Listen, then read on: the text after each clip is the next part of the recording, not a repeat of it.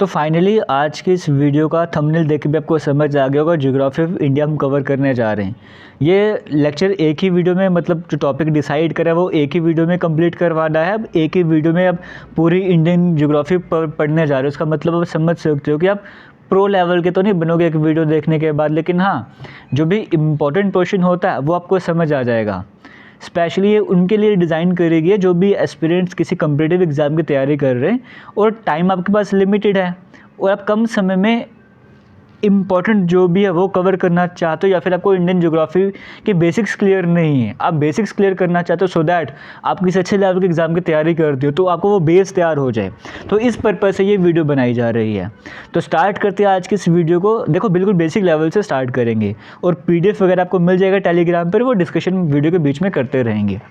सबसे पहले बात करते हैं इंडिया की, बात करेंगे प्रेजेंट के जनवरी 2024 के हिसाब से मैं बात कर रहा हूँ।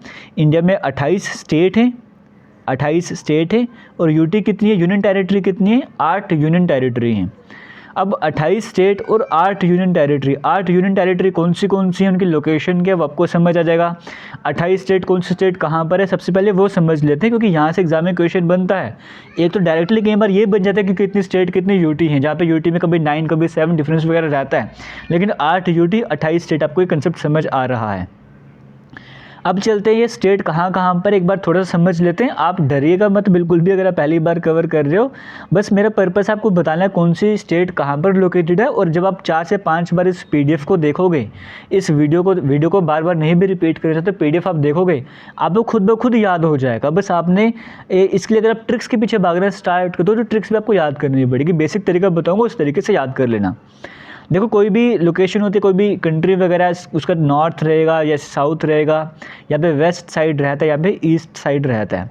वैसे ही इंडिया के भी नॉर्थ है, साउथ है, ईस्ट है और वेस्ट है। हम पहले स्टेट की बात करेंगे, यूटी हम बाद में कवर करेंगे। देखते हैं इंडिया के नॉर्थ स्टेट कौन सी है, इंडिया के साउथ वाली स्टेट कौन सी है, इंडिया की वेस्टर्न स्टेट कौन सी है, इंडिया की ईस्टर्न स्टेट कौन सी है।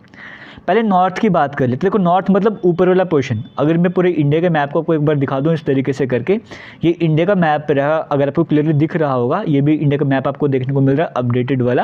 क्योंकि जम्मू कश्मीर लद्दाख पहले स्टेट हुआ करती थी, फिर 2 यूटीज़ में अलग बंट गई थी, तो जम्मू कश्मीर यूटी अलग, लद्दाख यूटी अलग। तो नॉर्थ इंडिया मतलब ऊपर का पोर्शन, ऊपर का इंडिया का ये वाला पोर्शन आ रहा है। हमने बात करनी है सिर्फ स्टेट की, यूटी की बात नहीं करनी। तो नॉर्थ इंडिया में देखो कौन सी स्टेट आ रही हैं। हिमाचल प्रदेश आपको देखने को मिल रहा है, उत्तराखंड आपको देखने को मिल रहा है, यहाँ पे पंजाब है, पंजाब के साथ में हरियाणा, और फिर यहाँ पे यूपी आपको देखने को मिल रहा है। तो ये 5 स्टेट आपको देखने को मिल रही हैं। अगर हम नॉर्थ इंडिया की बात करेंगे, मैं यूटी की बात नहीं कर, चंडीगढ़ भी यूटी है, दिल्ली भी यूटी है, जम्मू कश्मीर लद्दाख वगैरह भी यूटी, वो भी नॉर्थ में आ रहा है, बट हम सिर्फ स्टेट की बात कर रहे थे। तो यहाँ से नॉर्थ इंडिया आपने कवर कर लिया। नॉर्थ इंडिया में आपने देखा हिमाचल प्रदेश, पंजाब, हरियाणा, ये यूपी, उत्तराखंड, ये सारा पोर्शन नॉर्थ इंडिया में आ रहा है। अब नॉर्थ हमने कवर कर लिया था। अब यहाँ पर आता है वेस्ट साइड, यहाँ पर आता है ईस्ट साइड, है ना। अब ईस्टर्न इंडिया की बात करते हैं। ईस्टर्न इंडिया में क्या आ जाता है, अब ये सब कुछ भी है, लेकिन ये सब कुछ ईस्ट में नहीं आता, क्योंकि होता क्या है, नॉर्थ और ईस्ट के बीच में जो पोर्शन आता है हम उसे बोलते हैं नॉर्थ ईस्ट। तो ये इंडिया के कैसे है, इंडिया के ईस्ट और नॉर्थ के बीच में आता है, इसलिए हम नॉर्थ ईस्टर्न स्टेट्स बोलते हैं। तो हम इनको तो भी ईस्टर्न में नहीं पढ़ेंगे, इनको नॉर्थ ईस्ट में पढ़ेंगे, इनको अलग से पढ़ना है। तो नॉर्थ इंडिया हमने पढ़ लिया। नॉर्थ इंडिया कौन सा था, है ना, नॉर्थ इंडिया हमने कवर कर लिया। यहाँ पे ये पोर्शन नॉर्थ इंडिया का कवर कर लिया। स्टेट की मैं बात कर रहा हूँ। अब हम ईस्ट इंडिया की बात करेंगे, मतलब हम इस तरफ कहीं पर आ रहे हैं ईस्ट इंडिया के लिए। तो ईस्ट इंडिया में क्या क्या देखने को मिल रहा है आपको, जैसे आपको बिहार देखने को मिल रहा है, बिहार के साथ ही झारखंड है, झारखंड के साथ वेस्ट बंगाल है, और यहाँ पे उड़ीसा जो दोनों के साथ टच कर रहा है ना, आपको कलर से भी दिख रहा है कौन सी स्टेट किसके साथ टच कर रही है। तो ईस्ट इंडिया में क्या क्या आ रहा है, बिहार, फिर झारखंड के साथ वेस्ट बंगाल और उड़ीसा आपको देखने को मिल रहा है। यहाँ से आपको नेबरिंग स्टेट्स भी समझ जा रही है। अगर आप ध्यान दो, आप मैप नहीं बना सकते, आप सिंपली वहाँ पर लिखो नॉर्थ इंडिया, लिखो अपने रफ शीट में। आप एक बार वीडियो को समझ लो, फिर आप नॉर्थ इंडिया लिखो। नॉर्थ इंडिया में कौन सी स्टेट आपने देखी, आप मैप नहीं बना पाते, आप ऐसे बनाओ, हिमाचल प्रदेश, फिर थोड़ा नीचे उत्तराखंड बना दो, यहाँ पे पंजाब बना दो, हरियाणा बना दो, उत्तर प्रदेश बना दो। ये नॉर्थ का रफ सा मैप आप बना दो। फिर ईस्ट की बारी आएगी, आप यहाँ पे यूपी से बिहार टच कर देना, बिहार टच कर दो, फिर नीचे झारखंड, यहाँ पे वेस्ट बंगाल बना दो, यहाँ पे उड़ीसा बना दो। इस तरीके से बनाना स्टार्ट करो, बड़ा इंपॉर्टेंट रहने वाला, बड़ा ईजी आपके लिए बन जाएगा। एग्जाम में पूछता है कि इसकी नेबरिंग स्टेट कितनी कौन सी है, या इसकी टोटल कितनी नेबरिंग स्टेट हैं। अब बड़े मज़े से आंसर कर दोगे, किसी भी तरह की क्रैमिंग की या किसी भी तरह की ट्रिक्स की ज़रूरत नहीं पड़ेगी। ये जो कंसेप्ट रहने वाला north India, south India, east India, ये आपके और भी बड़े तरीके से काम आने वाला, आपको धीरे धीरे समझ आता जाएगा। तो नॉर्थ इंडिया भी आपने कवर कर लिया है ना, ये नॉर्थ इंडिया भी आपने कवर कर लिया, आपने साथ साथ ईस्ट इंडिया भी कवर कर लिया। अब नॉर्थ था, ईस्ट था, वेस्ट था, साउथ और बीच सेंटर आता है। तो सेंट्रल इंडिया में क्या क्या आ रहा है, सेंटर में वेस्ट, मध्य प्रदेश और छत्तीसगढ़ है। तो सेंट्रल इंडिया भी हमने कवर कर लिया। हालांकि पहले एक ही हुआ करते थे, बाद में अलग हो गए थे।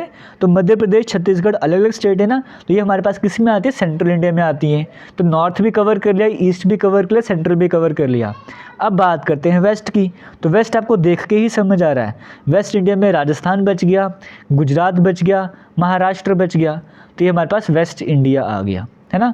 राजस्थान, गुजरात, महाराष्ट्र, ये हमारे पास इंडिया के वेस्टर्न साइड में आ गए।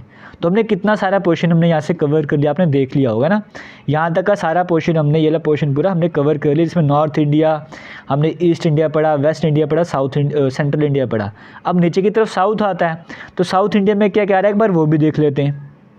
तो यहाँ पर अगर हम फोकस करेंगे, साउथ इंडिया की बात करेंगे, क्योंकि यहाँ तक का पोर्शन हमने कवर कर लिया था। तो आपको क्या गोवा देखने को मिल रहा है, आपको कर्नाटका देखने को मिल रहा है, केरला देखने को मिल रहा है, तमिलनाडु देखने को मिल रहा है, आंध्र प्रदेश है, तेलंगाना है। तो ये हमारे पास क्या आ गया, ये हमारे पास साउथ इंडिया का पोर्शन आ गया। तो यहाँ से ये कंसेप्ट आपको समझ आ रहा होगा। अब हम बात करते हैं नॉर्थ ईस्टर्न स्टेट्स की, जो कि इस तरफ रही, है ना। नॉर्थ ईस्टर्न स्टेट में एक बड़ा इंपॉर्टेंट कंसेप्ट आता है, सेवन सिस्टर्स वाला। सेवन सिस्टर वाला कंसेप्ट सामने आता है। तो सेवन सिस्टर स्टेट कौन सी है, आपको वो भी पता होना चाहिए। यहाँ से एग्जाम में क्वेश्चन बनता है कि इनमें से कौन सी सेवन सिस्टर स्टेट है या कौन सी नहीं है। तो आपको पता होना चाहिए सेवन सिस्टर में कौन सी आती हैं। और नॉर्थ ईस्ट इंडिया की बात करें तो सिक्किम भी आ जाएगा, है ना। तो सिक्किम ये बड़ा इंपॉर्टेंट लोकेशन आता है। अगर सिक्किम देखो कट जाएगा, अगर अलग हो जाएगा, तो नॉर्थ ईस्टर्न स्टेट्स इंडिया से बिल्कुल अलग हो जाएगी। इसलिए सिक्किम बड़ा इंपॉर्टेंट है और यहाँ पे कई सारे इशूज़ भी बनते रहते हैं, हालांकि वो अलग बात है। सेवन सिस्टर की बात करेंगे तो सेवन सिस्टर में कौन सी स्टेट आती हैं, ये 7 स्टेट आती हैं। अरुणाचल प्रदेश, असम, मेघालय, त्रिपुरा, मिज़ोरम, मणिपुर, नागालैंड। तो ये आपको देखने को मिल रही हैं। आप सिंपल जैसे अरुण, असम, मेगा, त्रिपुरा, जैसे असम, जैसे सैम है, अरुण है, सैम है, मेगा ट्रिप पर गए थे, है ना, मज़े किए, मनी ली, ऐसे वैसे करके आप कुछ भी करके याद कर सकते हो इसको, जैसे मेरे से याद करो। तो सेवन सिस्टर आपने कवर कर ली और एक साथ में सिक्किम में ऐड कर दो। नॉर्थ ईस्टर्न स्टेट भी आपने कवर कर ली। आपके दिमाग में जब आपने नॉर्थ ईस्टर्न स्टेट को याद करना है तो ये सीक्वेंस होनी चाहिए। ऊपर अरुणाचल प्रदेश है, उसके नीचे असम है, नीचे मेघालय, नीचे त्रिपुरा है। इस सीक्वेंस में आपके सामने दिमाग में चलना चाहिए, पूरी सीक्वेंस के रहने वाली है। तो इस तरीके से हमने 28 स्टेट कवर कर लिए पूरे इंडिया की। अब हम यूटी की बात करते हैं। यूटी हैं कितनी, 8 यूटी हैं। अब यूटी कौन सी कहाँ पर है, जम्मू कश्मीर, लद्दाख बिल्कुल टॉप में आपको देखने को मिलता है। यहाँ पे चंडीगढ़ है और दिल्ली है। 4 यूटी तो आपको यहीं से आराम से मिल गई हैं, जम्मू कश्मीर, लद्दाख, चंडीगढ़, दिल्ली। 4 यूनियन टेरिटरी आपने यहाँ पर देख ली।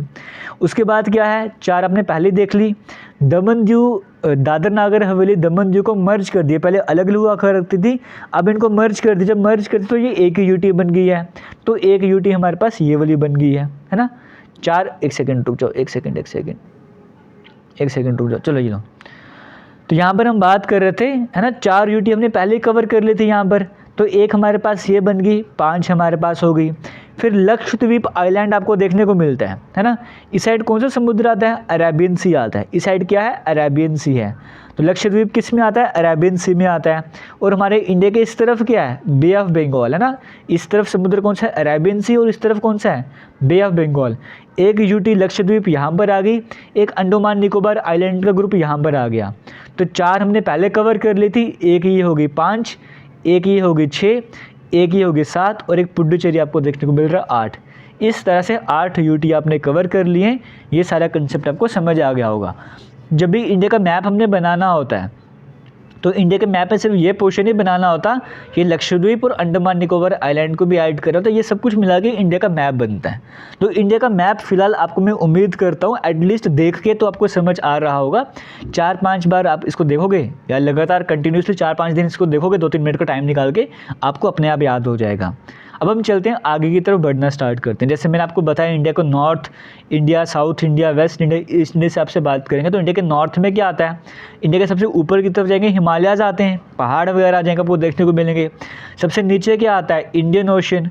ईस्टर्न साइड में बे ऑफ बंगाल भी बताया ना, अंडमान निकोबार आइलैंड था यहाँ पर, तो यहाँ पे बे ऑफ बंगाल और यहाँ पे अरेबियन सी, जहाँ पे लक्षद्वीप आइलैंड आपको देखने को मिल रहा था, है ना। तो इंडिया के टॉप में क्या है, हिमालयाज़ हैं, माउंटेन है। ईस्टर्न साइड में क्या है, बे ऑफ बंगाल है। इस साइड क्या है, अरेबियन सी, और नीचे की तरफ क्या है, इंडियन ओशियन है। तो इंडिया का बेसिक कंसेप्ट आपको समझ आ रहा होगा, बेसिक मैप आपको समझ आ रहा होगा। अब आगे और कवर करना स्टार्ट करते हैं कुछ इंपॉर्टेंट फैक्ट। इंडिया का एरिया कितना आता है, 3.287 मिलियन स्क्वायर किलोमीटर या फिर 32,87,263 स्क्वायर किलोमीटर। एग्जाम में डायरेक्टली यहाँ से भी क्वेश्चन बना हुआ है, तो ये भी आपको पता होना चाहिए, बड़ा कॉमन है और इतना एटलीस्ट आपको याद रखना पड़ेगा। इंडिया का लैंड बाउंड्री कितनी है, लैंड फ्रंटियर हम कहते हैं, और कोस्ट लाइन जो समुद्री बाउंड्री है इंडिया की वो कितनी है। जैसे पहले अगर मैं लैंड फ्रंटियर की बात करूँ, क्या बार बार क्या हो रहा है इसको, अगर मैं सबसे पहले लैंड फ्रंटियर की बात करूँ, जैसे ये जो ज़मीन वाला हिस्सा हमारे इंडिया का ये वाला हिस्सा, ये पूरे अगर बाउंड्री बनना स्टार्ट कर दे, बाउंड्री कितने किलोमीटर की बनती है, इस तरह से पूछा जा रहा है। फिर दूसरे कोस्ट लाइन जो समुद्र वाले इलाके हैं, इनकी बाउंड्री बनाऊंगा, इनकी बाउंड्री कितने किलोमीटर की बनती है, वही कंसेप्ट यहाँ पे आपको कवर करवा रहा हूँ। देखो इंडिया की अगर लैंड फ्रंटियर ज़मीनी बाउंड्री की मैं बात करूँगा तो वो बनती है 15,200 किलोमीटर, ये इंडिया का लैंड फ्रंटियर है। उसी तरीके से इंडिया का अगर मैं कोस्ट लाइन कवर करना स्टार्ट करूं तो इंडिया का कोस्ट लाइन कितना आता है, 7,516 किलोमीटर आता है।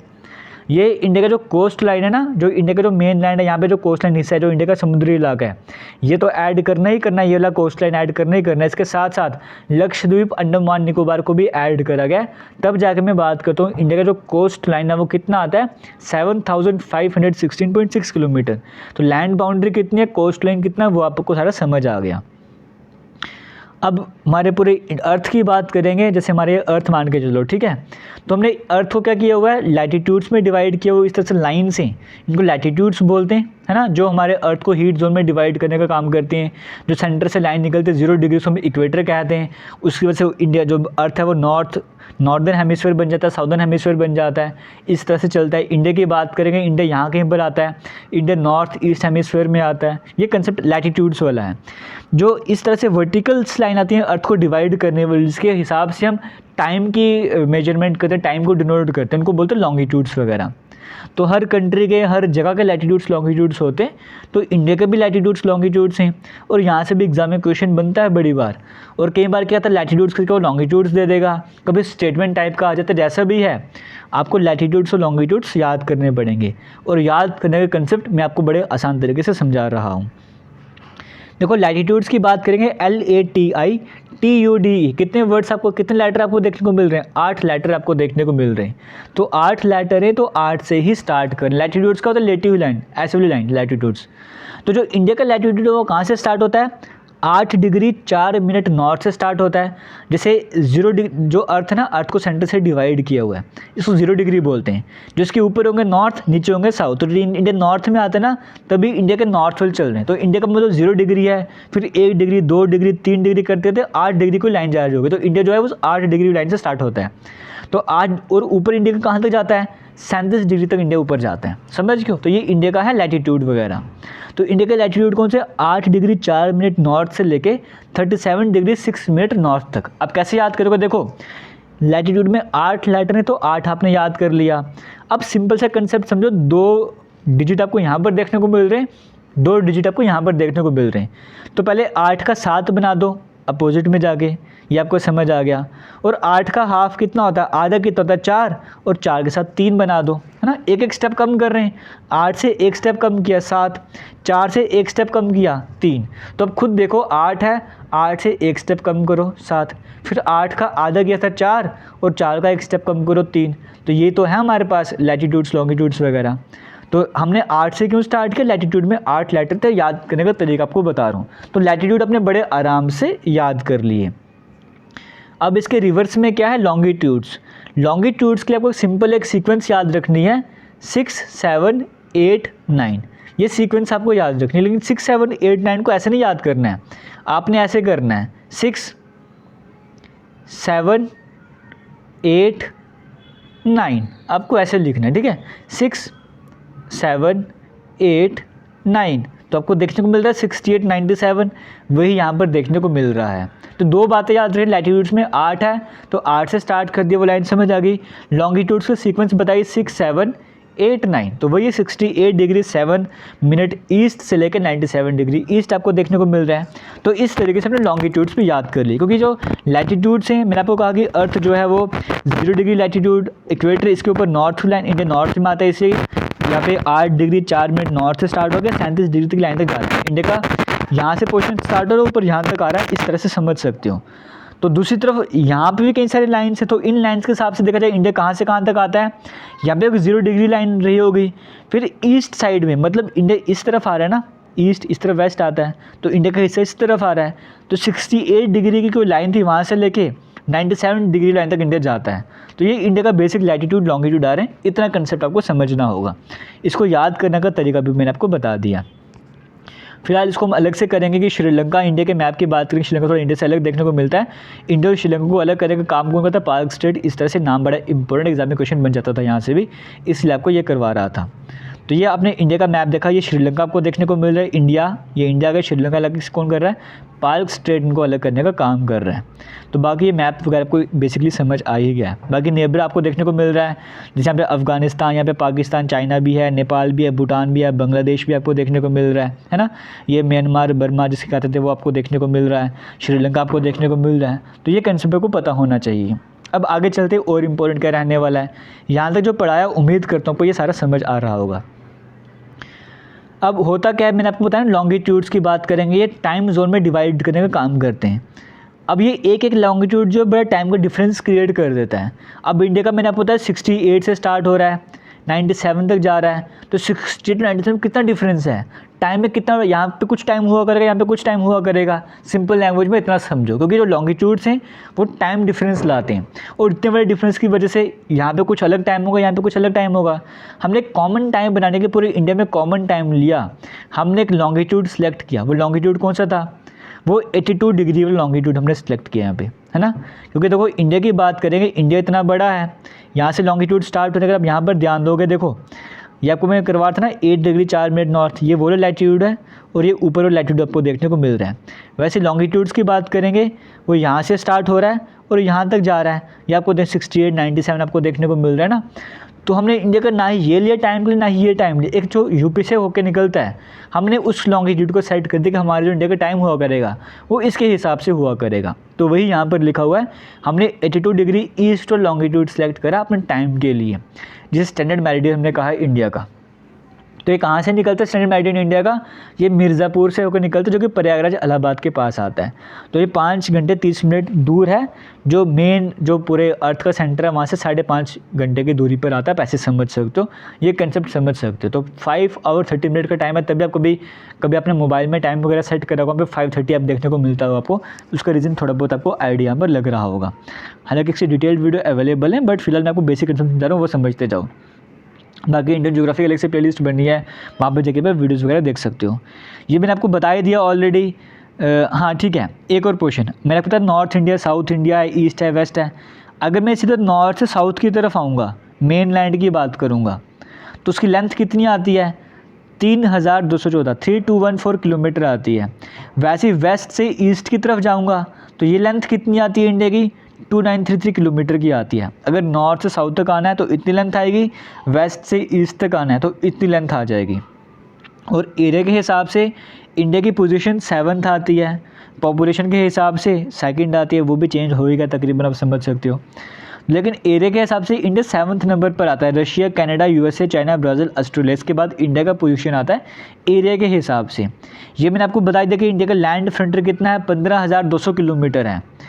और मैंने आपको जो बताया था कि कोस्ट लाइन, वो मैंने टोटल ओवरऑल इंडिया की बताई थी। अगर सिर्फ मेन लैंड की बात करें, जो इंडिया के मैप में ये वाला पोर्शन आ रहा था, सिर्फ उसकी कोस्ट लाइन, उसकी लेंथ कितनी है? तो 6100 किलोमीटर आती है। क्लियर हो गया? और अगर मैं अंडमान निकोबार आइलैंड, लक्षद्वीप वगैरह को मिला रहा था, तब जगह 7516.6 किलोमीटर आ रही थी। तो पूरे इंडिया की बात करें, मतलब हम ये सिर्फ लैंड फ्रंटियर कोस्ट लाइन छोड़ के सब कुछ पूरे टोटल इंडिया की बात करें, तो इंडिया की कितनी हो जाएगी? 15,200 में 7,516 ऐड करो तो 22,716.6 किलोमीटर आ जाएगा। ये आपको समझ आ गया होगा। अब एक और बड़ा इंपॉर्टेंट कंसेप्ट समझ बनता है, ट्रॉपिक ऑफ कैंसर की बात करेंगे। ट्रॉपिक ऑफ कैंसर एक ऐसी लाइन है, हमने आपको कहा कि अर्थ के सेंटर से एक लाइन निकलती है, उसे इक्वेटर कहते हैं 0 डिग्री। एक ऊपर 23.5 डिग्री की लाइन आती है, उस 23.5 डिग्री की लाइन को जो नॉर्थ में आते हैं हम बोलते हैं ट्रॉपिक ऑफ कैंसर। ये वर्ल्ड की कई सारी कंट्रीज़, कई सारी कुछ जगह से होकर निकलती है। ये हमारे इंडिया को भी क्रॉस करता है ट्रॉपिक ऑफ कैंसर। तो एग्जाम से पूछते हैं कि वो इंडिया की कितने स्टेट से क्रॉस करता है। ये जो लाइन है ट्रॉपिक ऑफ कैंसर वाली, ये इंडिया की 8 स्टेट से होकर निकलती है। अब वो 8 स्टेट कौन सी एक बार पढ़ लो, फिर मैं आपको मैप में दिखा दूंगा। गुजरात है, राजस्थान है, मध्य प्रदेश है, छत्तीसगढ़ है, झारखंड है, वेस्ट बंगाल है, त्रिपुरा है और मिज़ोरम है। अब इसको हम एक बार मैप में भी देख लेते हैं, वो भी इम्पोर्टेंट रहने वाला है। तो अगर हम इंडिया के मैप की तरफ आएंगे, देखो गुजरात आपको बताया, राजस्थान बताया, मध्य प्रदेश बताया, छत्तीसगढ़ बताया, झारखंड बताया, वेस्ट बंगाल, त्रिपुरा और मिज़ोरम। ये बन गई 8 स्टेट। 1 2 3 4 5, मैं कुछ मिस कर रहा हूँ क्या यहाँ पर? गुजरात, राजस्थान, एक सेकंड रुक जाओ काविश। तो आगे कंटिन्यू करते हैं। हम यहाँ पे बात कर रहे थे ट्रॉपिक ऑफ कैंसर के ना। तो यहाँ पर अगर मैप की तरफ देखेंगे आपको गुजरात देखने को मिल रहा है। आपको मैंने बताया 8 स्टेट से पास करते हैं। कौन सी स्टेट थी 8? गुजरात आपको बताया। देखो गुजरात से राजस्थान आपको देखने को मिल रहा है। अगर मैं रफली बनाऊँ यहाँ पे, गुजरात है, राजस्थान है 1, राजस्थान 2, मध्य प्रदेश 3, फिर छत्तीसगढ़ आपको देखने को मिल रहा है 4, झारखंड आपको देखने को मिल रहा है, वेस्ट बंगाल आपको देखने को मिल रहा है, फिर त्रिपुरा आपको देखने को मिल रहा है, मिज़ोरम आपको देखने को मिल रहा है। तो इस तरह से 8 स्टेट से पास करता है। 1 2 3 4 5 6 7 और 8, ये 8 स्टेट बिल्कुल सीक्वेंस में आपको याद करनी है। एक बार फिर से देखो, गुजरात है, राजस्थान है, मध्य प्रदेश है, छत्तीसगढ़, झारखंड, वेस्ट बंगाल, त्रिपुरा, मिज़ोरम। ये 8 स्टेटें इंडिया की जहाँ से ट्रॉपिक ऑफ कैंसर लाइन पास करती है। तो फिलहाल ये वाला कंसेप्ट आपको समझ जाएगा कि ट्रॉपिक ऑफ कैंसर इंडिया की कौन सी स्टेट से पास करता है। यहाँ से भी एग्जाम में क्वेश्चन बनता रहता है। अब साउथर्न मोस्ट पॉइंट की बात करें इंडिया के, वो कौन सा है? वो इंदिरा पॉइंट आ जाता है। और इंदिरा पॉइंट की बात करेंगे, ग्रेट निकोबार आइलैंड में आता है। जो मेन लैंड की बात करेंगे वहाँ पर नहीं आता है। अंडमान निकोबार आइलैंड की बात करेंगे, ये वहाँ पर आता है। अगर आप मैप की तरफ देखोगे तो वहाँ पर आपको क्लियरली दिख जाएगा ना। ये पूरा इंडिया का मैप है ना। तो यहाँ पर आपको देखने को मिल रहा है इंदिरा पॉइंट, आपको यहाँ पर आ रहा है इंदिरा पॉइंट। ये देखो, ये जो इंडिया का साउथ पॉइंट है वो यहाँ पर आपको इंदिरा पॉइंट आपको देखने को मिल रहा है। तो इंडिया का साउथ पॉइंट कहाँ पर आपको वो समझ आ रहा होगा। एक सेकंड रुक जाओ, सॉरी फॉर द डिस्टर्बेंस, एक सेकंड के लिए। चलो आगे चलते हैं और कवर करना स्टार्ट। इंदिरा पॉइंट का पहले नाम क्या हुआ करता था, वो सब कुछ आपको स्क्रीन में देखने को मिल रहा है। अब जहाँ तक बात आती है पीडीएफ की, पीडीएफ आपको मिल जाएगा टेलीग्राम पर। टेलीग्राम जेके लेटेस्ट इन्फो के नाम से, जिस नाम से यूट्यूब चैनल है, आपको लिंक वीडियो के कमेंट सेक्शन में मिल जाएगा। आप डायरेक्टली टेलीग्राम में जाके जेके लेटेस्ट इन्फो सर्च करोगे, वहाँ पे भी आपको आराम से मिल जाएगा। और कई सारी बुक्स भी वहाँ पर अवेलेबल हैं, आप वहाँ पे जाके डिटेल्ड में इंडियन ज्योग्राफी भी पढ़ सकते हो अगर पढ़ना चाहते हो तो। फिलहाल हम आगे चलते हैं। ये Indira point southern most point है इंडिया का, आपको वो समझ आ गया। फिर उसके बाद ये लैंड फ्रंटियर, हाँ ठीक है। अब आपके बार एग्जाम में पूछता है कि जो इंडिया की कोस्ट लाइन है वो सबसे ज़्यादा किसकी है? गुजरात जो है सबसे ज़्यादा कोस्ट लाइन शेयर करता है, वो कितना, वो सब कुछ आपको स्क्रीन में देखने को मिल रहा है। तो यहाँ पे गुजरात जो है, यहाँ पर आपको ये गुजरात का नहीं बताया, 61 आपको मैंने अलग से जो पहले बताया था वो सब कुछ था। सबसे ज़्यादा कौन शेयर करता है कोस्ट लाइन वगैरह? गुजरात शेयर करते हैं। सबसे पहले आपको इतना याद करना है, ये भी एग्जाम में क्वेश्चन बनता है, इसलिए ये पॉइंट भी यहाँ पे हाईलाइट कर रहा हुआ है। अब ये 28 स्टेट कौन सी, उनकी कैपिटल क्या है, ऑफिशियल लैंग्वेज क्या है, अगर आप ये पढ़ना चाहते हो पीडीएफ में ऐड किया हुआ है, आप इनको पढ़ सकते हो। यूटी कौन सी है, उनकी कैपिटल क्या है, वो सब कुछ आपको सामने स्क्रीन में, आप इनको पढ़ना चाहते हो पीडीएफ में जाके पढ़ लेना। ये पढ़ने में टाइम वेस्ट नहीं करने वाला। उसके बाद ये बड़ा इंपॉर्टेंट है, यहाँ से बन जाता है एग्जाम में क्वेश्चन वगैरह। हालांकि अगर आपने मैप पढ़ा हो तो मैप से बड़े आसानी से समझ सकते हो। अगर हम जैसे यहाँ पर देखें, आपसे पूछा गया कि length of international boundaries of India with allied state, मतलब बांग्लादेश सबसे ज़्यादा बाउंड्री कौन शेयर करता है इंडिया की जो नेबरिंग कंट्रीज़ हैं उनमें से सबसे ज़्यादा बाउंड्री इंडिया से कौन शेयर करता है? बांग्लादेश शेयर करता है। कितनी लेंथ शेयर करता है? 4096.7 किलोमीटर की लेंथ शेयर करता है। एग्जाम में कभी कभी नंबर पूछ लेता है, कभी कभी नाम पूछता है, कभी कभी सीक्वेंस पूछता है। सबसे ज़्यादा बाउंड्री इंडिया से कौन शेयर करता है? बांग्लादेश। फिर दूसरे नंबर पर चाइना शेयर करता है, फिर पाकिस्तान का नंबर आता है, फिर नेपाल, म्यांमार, भूटान, अफगानिस्तान, इस तरह से करके चलता रहता है। जो इंडिया बांग्लादेश को अलग करने का काम करता है उसको रेडक्लिफ लाइन बोलते हैं। इंडिया और चाइना को जो बाउंड्री लाइन अलग करती है मैकमोहन लाइन बोलते हैं। इंडिया और पाकिस्तान को जो बाउंड्री लाइन अलग करती है रेडक्लिफ लाइन बोलते हैं। अफगानिस्तान से अलग करने का काम ड्यूरेंट लाइन वगैरह करती है। ये बेसिक आपको देखने को मिल रहा है। अब अफ़गानिस्तान की नेबरिंग कौन सी है इंडिया में? लद्दाख वाला हिस्सा आ जाता है। बांग्लादेश के नेबरिंग कौन से हैं? अगर बांग्लादेश की बात करें, जो इंडिया का मैप था नॉर्थ ईस्टर्न वाला, है ना, उसके यहाँ पे बांग्लादेश आ रहा था। तो बांग्लादेश के नेबरिंग कौन से थे? वेस्ट बंगाल है, मेघालय है, त्रिपुरा है, मिजोरम है, असम है। आप अगर मैप की तरफ जाओगे तो वहाँ से आपको और क्लैरिटी मिलती जाएगी ना। आप वीडियो को जब एक बार पढ़ोगे फिर आप मैप की तरफ जाना, तो मैप में आपको देखने को मिल जाएगा बांग्लादेश ये रहा। अब इसकी नेबरिंग वगैरह देख लो कौन से वहाँ से आपको पूरी क्लैरिटी मिलती जाएगी। हालांकि यहाँ पे इस वाले मैप में आपको नहीं देखने को मिलेगा बांग्लादेश वगैरह, आप गूगल भी आराम से करोगे तो भी आपका काम आराम से चल जाएगा। फिलहाल ये बड़ा इंपॉर्टेंट है, मैप पर फोकस करोगे सब कुछ याद करने की ज़रूरत आपको नहीं पड़ेगी।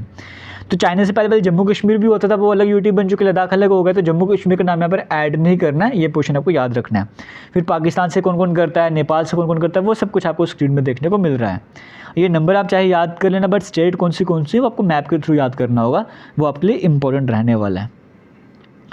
फिर अब इंडिया को डिवाइड कर रहा हुआ फिजिकल डिविजन्स की इंडिया की बात, जो मैं आपको नॉर्थ इंडिया साउथ इंडिया बोल रहा था तो वो बेसिक था, लेकिन जो इंडिया की बेसिक फिजियोग्राफी वगैरह जो डिवाइड किया जाता है वो किस तरह से डिवाइड किया जाता है वो समझ लेते हैं। सबसे पहले इंडिया को हिमालयन माउंटेन के हिसाब से डिवाइड करा गया। हालांकि और भी कई तरह की डिवीजन करी जाती है, लेकिन मैं आपको जैसे कहा हमने सिर्फ इम्पॉर्टेंट पढ़ना है। सबसे पहले बात करें हिमालयन माउंटेन्स की, इन्हें यंग फोल्ड माउंटेन्स के नाम से भी जाना जाता है। ऐसा क्यों? क्योंकि देखो हिमालय माउंटेन्स की बात करें, ये सबसे लेटेस्ट जो बने हैं हमारे इंडिया में वो हिमालय माउंटेन ही बने हैं। ये अभी भी बन रहे हैं, तभी लास्ट में आपने देखा था हिमालय की हाइट बढ़ी थी पहले से। क्यों बढ़ी थी?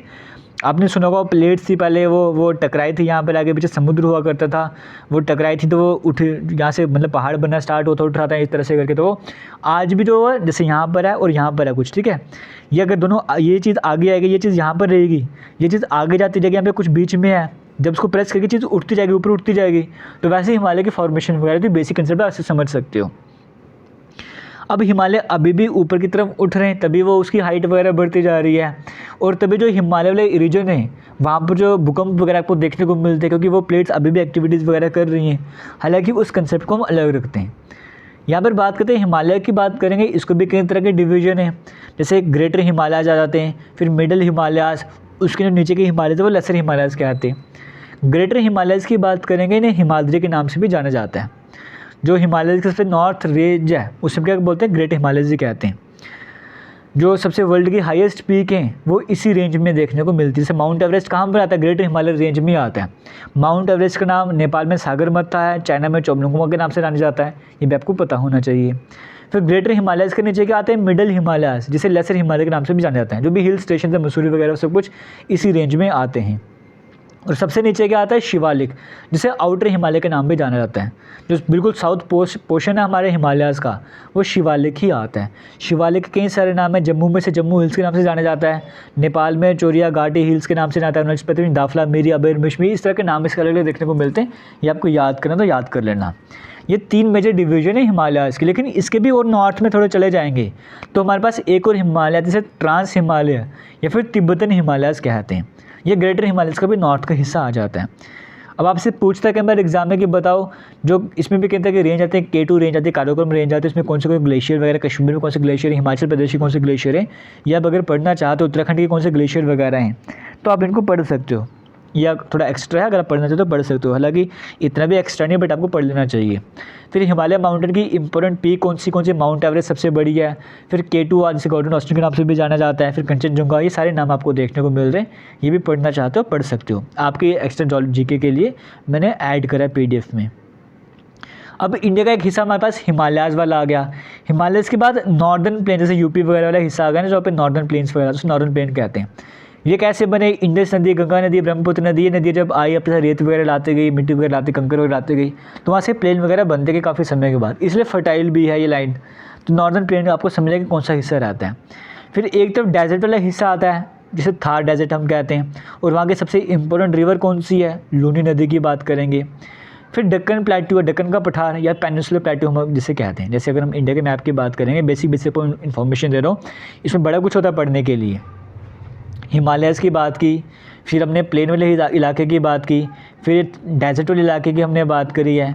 अब हम ये दक्कन का जो पठार की बात करते हैं, जो पेनिनसुलर प्लेट्यू है, इसकी हम बात कर रहे हैं। ये ऐसा एरिया होता है जो एक तरह से पहाड़ की तरह ही होता है ना, ऊपर से लेकिन फ्लैट होता है ना, ज़मीन से उठा हुआ है लेकिन ऊपर से कैसा है? फ्लैट टाइप को हो गया हुआ है। ये ऐसा ही होता है ज़मीन, कैसे पेनिनसुलर प्लेट्यू कहते हैं। इस पोर्शन की अगर हम बात कर लेते हैं एक बार यहाँ पे इसके बारे में इंपॉर्टेंट क्या लिखा है वो भी देख लेते हैं। ये मैं आपको जो पढ़ा रहा हूँ ना फिजियोग्राफी में, ये बड़ा कम पढ़ा रहा हूँ, लेकिन हाँ जो भी पढ़ा रहा हूँ वो इंपॉर्टेंट कवर करवा रहा हूँ आपको, लेकिन बड़ा कम कर रहा हूँ, ये यकीन मानिएगा। नॉर्दर्न पिन आपको समझ आ गई, ग्रेट इंडियन डेजर्ट आपको समझ आ गया। डेक्कन प्लेटो की बात करेंगे, पेनिनसुलर प्लेटो भी कहा जाता है, ये ट्रायंगुलर शेप का रहता है, क्योंकि आपको कहा ना नीचे से ऐसे एलिवेटेड, ऊपर से फ्लैट टाइप का रहता है। इसमें भी कहते हैं कि हिल्स रेंज जैसे अरावली हिल्स है, विंध्या सतपुड़ा रेंज आती है। इंपॉर्टेंट नदियाँ यहाँ की नर्मदा है, तापी है, यहाँ की जो इंपॉर्टेंट नदियाँ जिसे हम कहते हैं। और सबसे ओल्डेस्ट लैंड फॉर्म हो रहा है और सबसे स्टेबल यही है, क्योंकि स्टेबिलिटी है, ओल्डेस्ट है, पुराना है, काफ़ी पुराना है, तभी स्टेबल भी है ये वाला, है ना, सेट हो चुका अपनी जगह पे। तभी यहाँ पे भूकंप वगैरह का नाम नहीं सुनते, यहाँ पे भूकंप वगैरह ऐसा कुछ सुनने को नहीं मिलता है। ये भी आपने कवर कर लिया। फिर आता है वेस्टर्न घाट्स और ईस्टर्न घाट्स, जो मैं डेक्कन के पढ़ा, डेक्कन प्लेटो की बात की। इसका जो वेस्ट वाला हिस्सा है वेस्टर्न घाट, जो ईस्ट वाला हिस्सा यहाँ का रीजन है उसे ईस्टर्न घाट कहते हैं। ये वही आपको देखने को मिल रहा है।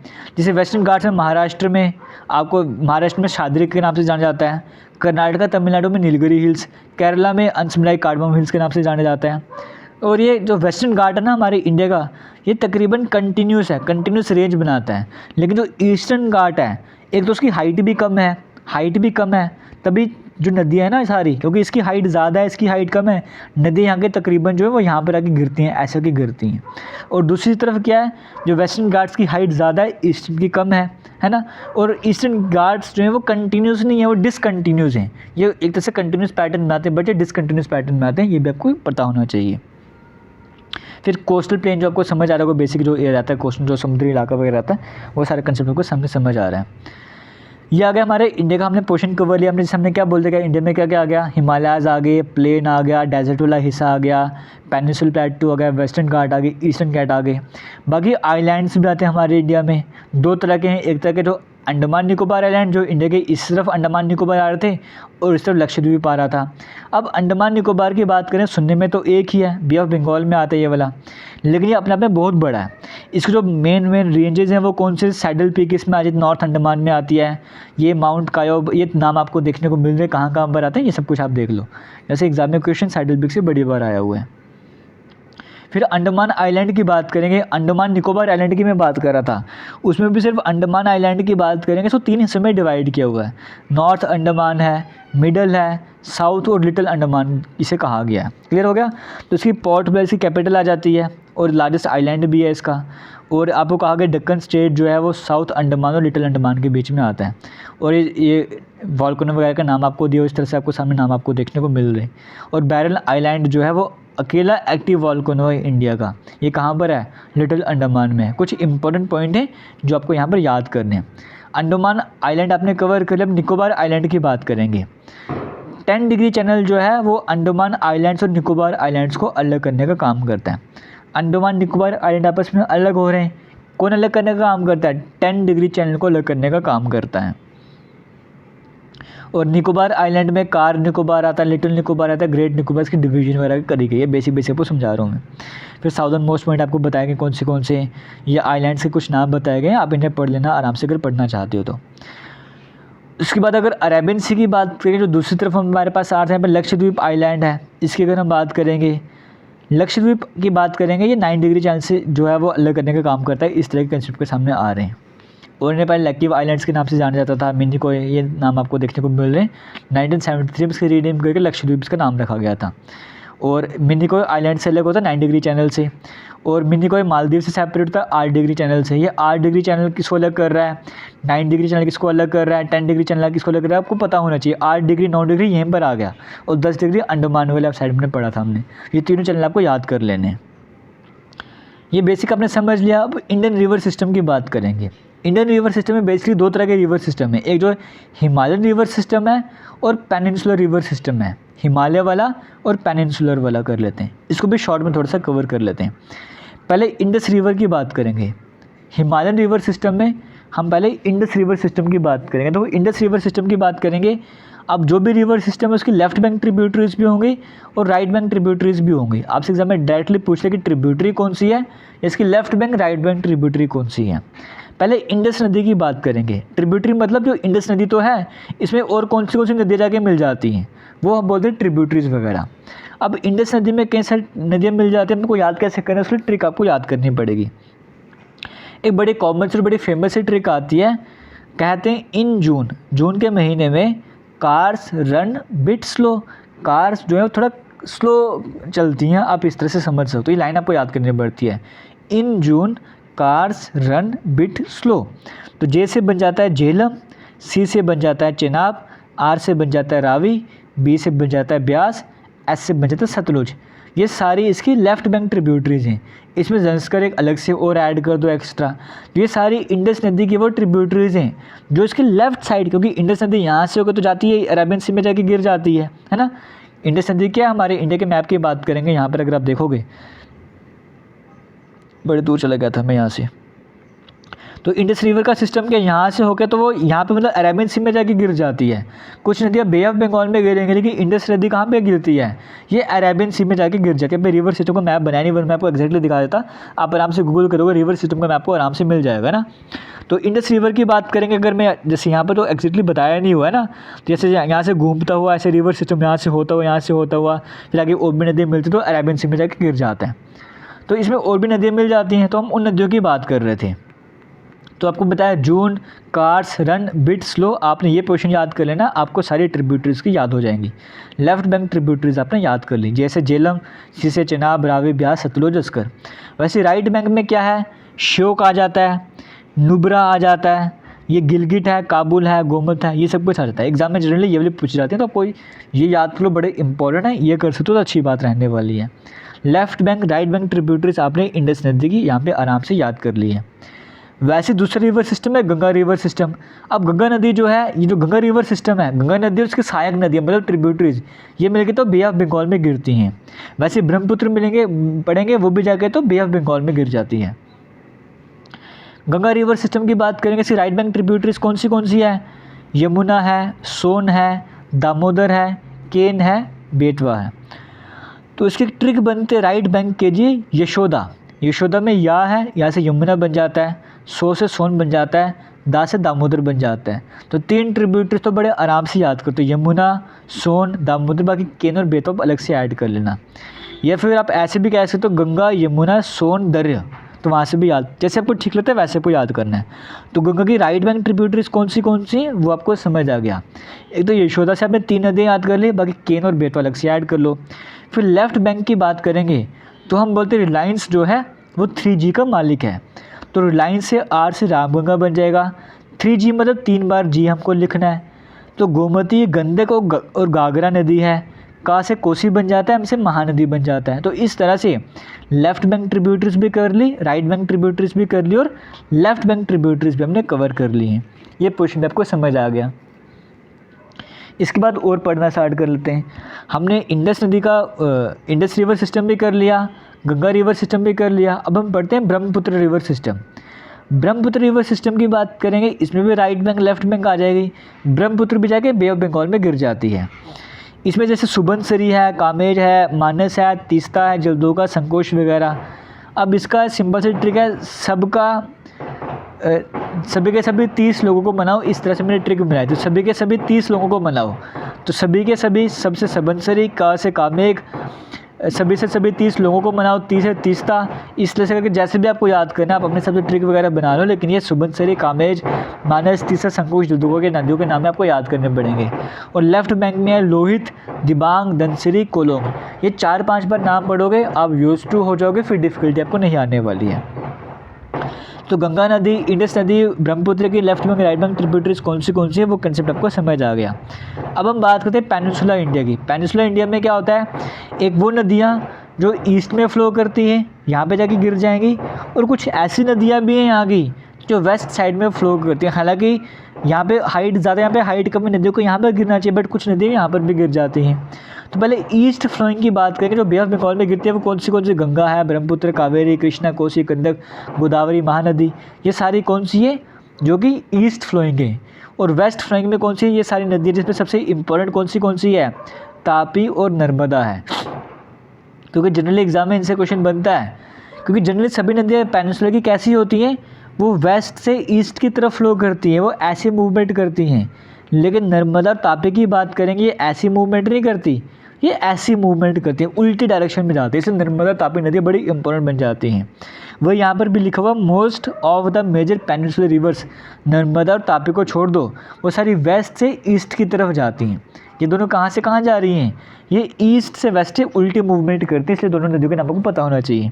बाकी यहाँ से कई बार डायरेक्ट नदियों से क्वेश्चन बनते हैं, इसलिए कुछ इंपॉर्टेंट पॉइंट आपके सामने आपको याद रखने। महानदी की बात करेंगे, ये छत्तीसगढ़ से ओरिजिन वगैरह होता है, तो ये इसकी मेजर ट्रिब्यूटरीज वगैरह कौन सी है, अगर आप याद करोगे इंपॉर्टेंट रहने वाला है। हीराकुड डैम इसी पर बना हुआ है, ये इंपॉर्टेंट पॉइंट जो आपको याद करने ही करने हैं इस नदी को लेकर। और कवर कर लेते हैं, गोदावरी नदी की बात करेंगे, इसे दक्षिण गंगा भी कहते हैं, वृद्ध गंगा भी कहते हैं। सबसे बड़ी पेनिनसुलर रिवर आ जाती है ये वाली, महाराष्ट्र में इसका ओरिजिन है, वहाँ से निकलती है। ये सारे पॉइंट इंपॉर्टेंट हैं जो आपको याद करने हैं। कृष्णा नदी की बात करेंगे, second largest east flowing peninsular river है, ये कहाँ से निकलती है वो सब कुछ आपको देखने को मिल रहा है। ये सारे पॉइंट आपको इंपॉर्टेंट याद रखने हैं। उसके बाद कावेरी की बात करेंगे, इसे गंगा साउथ की गंगा नदी भी कहा जाता है। ये कहाँ से निकलती है, कर्नाटका से निकलती है, ये ट्रायंगुलर डेल्टा बनाती है। प्रिंसिपल ट्रिब्यूटरीज कौन सी है वो सब कुछ आपको देखने को मिल रहा है। नर्मदा की बात करेंगे, ये कहाँ से निकलती है, मध्य प्रदेश से निकलती है, रिफ्ट वैली से होते हुए निकलती है। इस तरह के नाम आपको देखने को मिल रहे हैं। इसकी ट्रिब्यूटरीज कौन सी है। तापी नदी की बात की, इसे ट्विन या फिर हैंडमेड ऑफ नर्मदा भी कहा जाता है। ये कहाँ से निकलती है, मध्य प्रदेश से निकलती है। ये कुछ इंपॉर्टेंट पॉइंट। लूनी की बात करेंगे, अरावली रेंज से निकलती है, ये लार्जेस्ट रिवर सिस्टम है राजस्थान का। काली रिवर की बात करेंगे, वेस्टर्न घाट से निकलती है। ये कुछ इंपॉर्टेंट पॉइंट हैं जो आपको एक्स्ट्रा याद करने हैं। तो ये पोर्शन भी आपने कवर कर लिया। अब आगे चलते हैं और क्या इंपॉर्टेंट रहने वाला है। कई बार एग्जाम में यहाँ से क्वेश्चन बन जाता है, ये ज्योग्राफी का ही टॉपिक है, पूरे टॉपिक नहीं कवर करवा रहा, बट इस टॉपिक में जो है मैं इंपॉर्टेंट पोर्शन आपके सामने लेकर आया हूँ। एग्जाम में क्वेश्चन पूछते हैं कि ब्लैक रिवॉल्यूशन किससे जुड़ा हुआ था। ब्लैक रिवॉल्यूशन पेट्रोलियम की प्रोडक्शन जुड़ा हुआ था। ब्लू रिवॉल्यूशन किससे कनेक्टेड था, ये फिश की प्रोडक्शन से कनेक्टेड था। ब्राउन रिवॉल्यूशन किससे जुड़ा हुआ था, लेदर या फिर कोका के प्रोडक्शन से जुड़ा हुआ था। गोल्डन रिवॉल्यूशन की बात करेंगे, ये हनी प्रोडक्शन, ये हॉर्टिकल्चर से था, लेकिन जब गोल्डन के साथ फाइबर आ जाता है तो जूट की प्रोडक्शन से जुड़ा हुआ था। यहाँ से एग्जाम में कई बार मैच द फॉलोइंग के टर्म में आ जाता है, कई बार डायरेक्टली पूछ लेता है, बड़ा इंपॉर्टेंट है ये वाला। ग्रीन रिवॉल्यूशन आपको समझ आ रहा होगा, वीट प्लांट्स वगैरह एग्रीकल्चर से रिलेटेड था। पिंक रिवॉल्यूशन की बात करेंगे, ये ऑनियन के प्रोडक्शन से रिलेटेड था। ग्रे रिवॉल्यूशन फर्टिलाइज़र से रिलेटेड था। रेड रिवॉल्यूशन मीट या फिर टोमेटो के प्रोडक्शन से रिलेटेड था। राउंड रिवॉल्यूशन ये पोटैटो से कनेक्टेड था। सिल्वर फाइबर की बात करें, सिल्वर की बात करेंगे, सिर्फ सिल्वर की बात करेंगे, ये एग प्रोडक्शन से था। और जब सिल्वर फाइबर आ जाएगा तो ये कॉटन से जुड़ा हुआ था। 4-5 बार पढ़ना है इसको, ये भी याद हो जाएगा आपको। वाइट रिवॉल्यूशन मिल्क से जुड़ा हुआ था। येलो रिवॉल्यूशन ऑयल सील्ड से जुड़ा हुआ था। ग्रीन गोल्ड बैम्बू से जुड़ा हुआ था। तो कौन सा रिवॉल्यूशन किससे कनेक्टेड था, ये आपको समझ आ गया। आगे चलेंगे, आपको बताना चाहूँगा हमारा इंस्टाग्राम जो है वो जेके लेटेस्ट इन्फो के नाम से है, वहाँ पर जाके फॉलो करना चाहते हो फॉलो कर सकते हो। इसी के साथ साथ जो हमारा फेसबुक पेज है वो भी इसी नाम से, ट्विटर भी इसी नाम से, सारे सोशल मीडिया हैंडल्स जो हैं वो जेके लेटेस्ट इन्फो के नाम से, वहाँ पर जाके फॉलो कर सकते हो। और आप में से अगर कोई भी जेके एसएसबी की तैयारी कर रहा है तो डिटेल्ड जो वीडियोज़ हैं, डिटेल्ड लेक्चर हैं, आपको हमारी एप्लीकेशन पर भी मिल जाएंगे, जिसका लिंक आपको वीडियो के कमेंट सेक्शन में मिल जाएगा, डिस्क्रिप्शन बॉक्स में मिल जाएगा। वहाँ पे जाकर डिटेल में पढ़ना चाहते हो डिटेल में भी पढ़ सकते हो। फिलहाल वीडियो को शेयर कीजिएगा। अब हेरिटेज साइट जो यूनेस्को के अकॉर्डिंग डेजिग्नेट करी गई हैं, यहाँ से एग्जाम में क्वेश्चन बन जाता है कि मैं पूछते कि अजंता केव्स कहाँ पर हैं। आपने बड़ी बार MCQ सीरीज़ में भी देखा होगा, ये महाराष्ट्र में है। एलोरा केव्स कहाँ पर हैं, महाराष्ट्र में है। ये सिर्फ आपको इतना याद करो, वो भी इनफ रहने वाला अगर पहली बार ज्योग्राफी पढ़ रहे हो। आगरा फोर्ट कहाँ पर है, उत्तर प्रदेश में है। ताजमहल ये भी यूपी में आ जाता है। Sun temple of Konark JK SSB में तीनों ऐसे क्वेश्चन बना हुआ है, उड़ीसा में है। ये महाबलीपुरम टेम्पल की बात करें तमिलनाडु में है।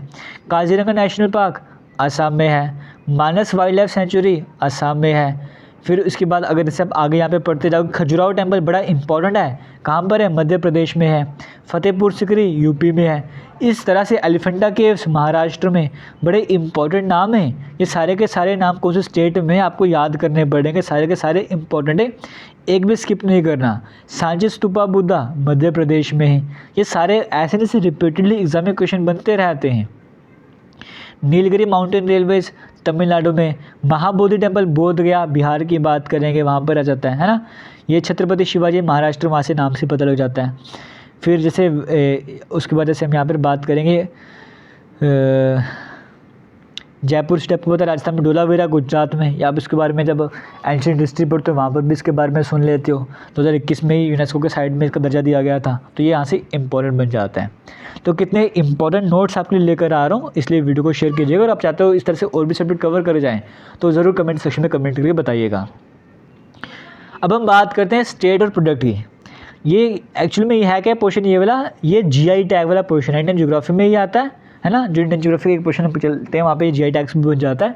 और 2022 और 23 के जो इंपॉर्टेंट जीआई टैग हैं मैं यहाँ पर वो आपसे डिस्कस कर रहा हूँ।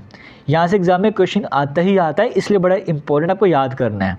तो देखो इंडियन ज्योग्राफी में भी आपका स्टैटिक पोर्शन लेकर आया हूँ, इसको अब अलग से पढ़ते, लेकिन है तो इंडियन ज्योग्राफी का पोर्शन। और इंडियन ज्योग्राफी में मैं आपके लिए निचोड़ कर जो भी इंपॉर्टेंट है वो लेकर आया हूँ। बिहार में किसी अभी हाल ही में जो है वो जीआई टैग मिला था, मिर्चा राइस भी कहते हैं, इसे जीआई टैग मिला। बस एग्जाम में क्वेश्चन पूछता है कि ये जैसे लद्दाख शिंगस्कॉस को जीआई टैग में नाम से पता लग रहा है, ठीक है, ये तो कुछ नहीं है। रेवा मैंगो कहाँ का है जिसे जीआई टैग मिला है, मध्य प्रदेश का है। कि नगरी दुबराज राइस कहाँ का है जिसे जीआई टैग मिला है, छत्तीसगढ़ का है। वैसे यूपी में किस किस को हाल ही में जीआई टैग मिले, बनारस पान है, ये बनारस का लंगड़ा आम है। रामनगर ब्रिंजल है, एक तरह का बंटा है। अलीगढ़ ताला, ये बखीरा ब्रासवेयर। प्रतापगढ़ ऑनलाइन हाथरस हिंग। अमरोहा ढोलक, ये अमरोहा ढोलक हो गया, बनारस पान हो गया। यहाँ से भी हाल में एग्जाम में क्वेश्चन बने भी हैं, तो ये सारे आपको याद करने पड़ेंगे। जैसे उसके बाद अगर हम बात करें मणिपुरी तरकाशी वगैरह हो गया। उड़ीसा की बात करेंगे, ये हलादिया कंदामल रसगुल्ला की बात करेंगे। तमिलनाडु में आपको नाम देखने को मिल रहा है, मिज़ोरम के नाम आपको देखने को मिल रहे हैं, केरला के नाम आपको देखने को मिल रहा है, गोवा की चिल्ली है, अरुणाचल प्रदेश की मिश्मी टेक्सटाइल्स हैं, अरुणाचल प्रदेश का आपको देखने को मिल रहा है, महाराष्ट्र का वाइट ऑनियन है, लद्दाख का आपको देखने को मिल रहा है, एप्रिकॉट देखने को मिल रहा है, केरला के कई सारे नाम हैं। जम्मू कश्मीर से कई सारे एग्ज़ाम ऐसे जहाँ पे राजौरी चिकरी वर्ड का नाम आपसे पूछा गया था। फिर मुश्क भुज्जी राइस के बारे में पूछा गया था। ये सुलाई हनी रामबन का ऐसे अपने क्वेश्चन बनने गए हैं, ये बड़े इंपॉर्टेंट है, ये सारे के सारे आपको याद करने पड़ेंगे। वैसे तमिलनाडु में ये थ्राटचे करके ग्रेप्स है, इसे ये जीआई टैग मिला था, ये आपको पता होना चाहिए। उसके बाद और भी कई तरह के नाम आपको यहाँ पर देखने को मिल रहे हैं। तो जीआई टैग्स वाला पोर्शन में कोई सामने स्क्रीन में आपने इनको पढ़ना और याद करना है। आगे चलते हैं। अब क्रॉप से भी यहाँ पे एग्जाम में क्वेश्चन जनरली बन जाते हैं और बनते रहते हैं। Rabi crop, kharif crop, zaid crop. Kharif crop की बात करेंगे, ये समर क्रॉप कैटेगरी में आ जाती है, मतलब गर्मियों के मौसम में से लगाया जाता है, सर्दियों में काटा जाता है। इसमें जो मेजर क्रॉप्स आती हैं आपको क्रॉप्स के नाम पता होना चाहिए। जैसे मिलेट्स हैं, बाजरा हो गया, ज्वार हो गया। ये बाजरा ज्वार किस में आ जाता है, खारिफ में आ जाता है। कॉटन किस में आता है, खारिफ में आता है। सोयाबीन किस में आता है, खारिफ में। शुगर कैन, टर्मरिक हल्दी की बात कर रहे हैं। ये पैडी राइस की बात कर रहे हैं। मूंग की बात करें, दालें की बात करें, ग्राउंड नट, रेड चिल्ली वगैरह, ये सारे किस कैटेगरी में आते हैं, खरीफ की कैटेगरी में आ जाते हैं। तो ये आपको याद करना है खरीफ में क्या क्या आता है। वैसे राबी की बात करेंगे, ये विंटर क्रॉप है जो कि सर्दियों के टाइम पे लगाई जाती है और गर्मियों में काट जितने पैसे कह सकते हो, है ना। तो राबी क्रॉप्स की बात करें, इसमें कौन सी आ जाती हैं, जैसे वीट, चावल उसमें आ गए तो यहाँ पे वीट आ गए, बार्ली हो गया, मस्टर्ड हो गया, सिज़मे पीस वगैरह आ गए। एग्जाम में यहीं से एग्जाम्पल, ये जो एग्जाम्पल है यहीं से एग्जाम में क्वेश्चन भी बनता है। तो राबी क्रॉप में क्या क्या आपको समझ आ गया। ज़ईद क्रॉप वो हैं जो इन दोनों के बीच के टाइम की पीरियड की होती हैं, जैसे जिसमें मस्क मेलन हो गया, वाटर मेलन वगैरह हो गया, ककम्बर वगैरह, ये पम्पकिन वगैरह आपको देखने को मिलता है। ये सबको ज़ईद क्रॉप की कैटेगरी में आ जाता है। तो ये सारा कंसेप्ट आपको समझ आ गया। फिर कम्युनिकेशन की बात करेंगे, जैसे कहा गया कि जो पहली ट्रेन इंडिया में बॉम्बे से थाने के बीच में मिलती है 1853 में चली थी, यहाँ से भी कई बार एग्जाम में क्वेश्चन बना हुआ है। जो दूसरी ट्रेन है वो हावड़ा और हुगली के बीच में मिलती है, 1854 में चली थी। पहली इलेक्ट्रिक ट्रेन इंडिया में डेक्कन क्वीन थी, 1929 में चली थी, बॉम्बे और पूना के बीच में चली थी। लॉन्गेस्ट ट्रेन रूट कौन सा है, विवेक एक्सप्रेस वगैरह है। पहली मेट्रो ट्रेन जो इंडिया में इंट्रोड्यूस करी गई थी वो कोलकाता में थी। मेट्रो ट्रेन की बात करेंगे, जो 2 स्टेशन कनेक्ट कर गए थे वो कौन से थे, है ना। ये सब कुछ आपको देखने को मिल रहा है, इंडियन रेलवे के नेटवर्क वगैरह कितना है। वंदे भारत एक्सप्रेस की बात करें, इससे पहले नाम ट्रेन 18 हुआ करता था, ये 2019 में लॉन्च करी गई थी। ये सारे इंपॉर्टेंट पॉइंट आपके सामने हैं, यहाँ से एग्जाम में क्वेश्चन बने हुए हैं। वाटर ट्रांसपोर्ट की बात करें, नेशनल वाटरवे वन जो है वो प्रयागराज को हल्दिया से कनेक्ट करने का काम करता है, गंगा नदी पे बना हुआ है। नेशनल वाटरवे 2 ब्रह्मपुत्र नदी पे बना हुआ है, शादी को डुबरी से कनेक्ट करने का काम करता है। इस तरह से जो पहले 2 नेशनल वाटरवे हैं वो भी आपके लिए इंपॉर्टेंट रहने वाले हैं। फिर मेजर प्रोजेक्ट है, यहाँ से भी एग्जाम में क्वेश्चन में, जैसे दामोदर वैली प्रोजेक्ट किस पे बना हुआ है, दामोदर नदी पे, इंपॉर्टेंट है, आसान है। लेकिन बाखड़ा का बड़े बड़े एग्जाम में क्वेश्चन पूछता है कि बाखड़ा नंगल जो प्रोजेक्ट है वो किस नदी पे है, वो सतलुज नदी पे है, तो ये आपको पता होना चाहिए। हीराकुड किस पे है, महानदी पे बना हुआ है। फिर नर्मदा वैली, नर्मदा पे, ये तो ईजी रहने वाला है। आगे चलते हैं, जैसे यहाँ पर अगर हम बात करेंगे इंदिरा गांधी कैनाल, तो ब्यास सतलुज पे बना हुआ है। ये भी आपने PDF देखना और वहाँ से याद कर लेना है। आगे चलते, आपसे एग्जाम में कई बार पूछा कि तारापुर एटॉमिक जो सेंटर है वो कहाँ पर है, मुंबई महाराष्ट्र में। इंपॉर्टेंट इसलिए क्योंकि पहला एटॉमिक पावर प्लांट था इंडिया का और लार्जेस्ट एटॉमिक पावर प्लांट है एशिया का, है ना। उसके बाद जैसे आपसे ये, और इस बार एक और एग्जाम में क्वेश्चन पूछा हुआ था, ये तारापुर तो हो गया, उस पर मेरे ख्याल से ये वाला पूछा था, कालार पर पता नहीं कौन सा पूछा था, तो ये भी एक बार याद कर लेना, ठीक है। ये कौन सा एटॉमिक सेंटर कहाँ पर है, ये भी इंपॉर्टेंट रहने वाला आप सभी के लिए। फिर कभी कभी जो बेसिक एग्जाम होते हैं वहाँ पे यहाँ से क्वेश्चन बचते हैं, सिटी ऑफ गोल्डन टेम्पल किसको बोलते हैं, अमृतसर को बोलते हैं। लैंड ऑफ 5 रिवर पंजाब को बोलते हैं। ब्लू माउंटेन नीलगिरी हिल्स को बोलते हैं। सर ऑफ बंगाल दामोदर को बोलते हैं। Gateway of India Mumbai, city of palaces Kolkata को बोलते हैं। क्वीन ऑफ अरेबियन सी कोची को बोलते हैं। पिंक सिटी जयपुर को बोलते हैं। सिटी ऑफ 7 आइलैंड मुंबई को बोलते हैं। सिटी ऑफ लेक श्रीनगर को बोलते हैं। सिटी ऑफ नवाब लखनऊ को बोलते हैं। सर ऑफ बिहार आरकोसी, सिटी सिटी जमशेदपुर को बोलते हैं। क्वीन ऑफ माउंटेन मसूरी को बोलते हैं। मैनचेस्टर ऑफ इंडिया अहमदाबाद को बोलते हैं। पिट्सबर्ग ऑफ इंडिया जमशेदपुर को बोलते हैं। हार्ट ऑफ इंडिया दिल्ली को बोलते हैं। साउदर्न गंगा गोदावरी को बोलते हैं। Manchester of north India Kanpur को बोलते हैं। City of temple centre Varanasi को बोलते हैं। तो ये रहा हमारा JK लेटेस्ट इन्फो का यूट्यूब चैनल, जहाँ पर आप ये वीडियो देख रहे हो। यहाँ पे कई तरह की प्लेलिस्ट वगैरह बनी है। अगर आप प्लेलिस्ट वाले सेक्शन पे जाओगे तो वहाँ पर आपको तकरीबन हर सब्जेक्ट की प्लेलिस्ट देखने को मिल जाएगी। वहाँ पर जाकर और पढ़ना चाहते हो और भी पढ़ सकते हो। बाकी वीडियोस को शेयर जरूर कीजिएगा। इस तरह की किसी और सब्जेक्ट पर वीडियो चाहते हो आप ज़रूर कमेंट सेक्शन पे वीडियो बनाना, ज़रूर कमेंट सेक्शन में कमेंट करके बताना, मैं वीडियो बनाऊँगा। फिलहाल वीडियो को एंड कर रहा हूँ। आपको मैंने पहले ही कहा, क्लियर करा था मैंने कि इस वीडियो में जो इम्पोर्टेंट है वो कवर करवाऊँगा, और ये उनके लिए है जिन्होंने कुछ नहीं पढ़ा, टाइम लिमिट है, कुछ ना कुछ पढ़ना चाहते हैं, सब्जेक्ट को स्किप नहीं करना चाहते, वो ये पढ़ के जाएँ, उनके लिए वीडियो थी।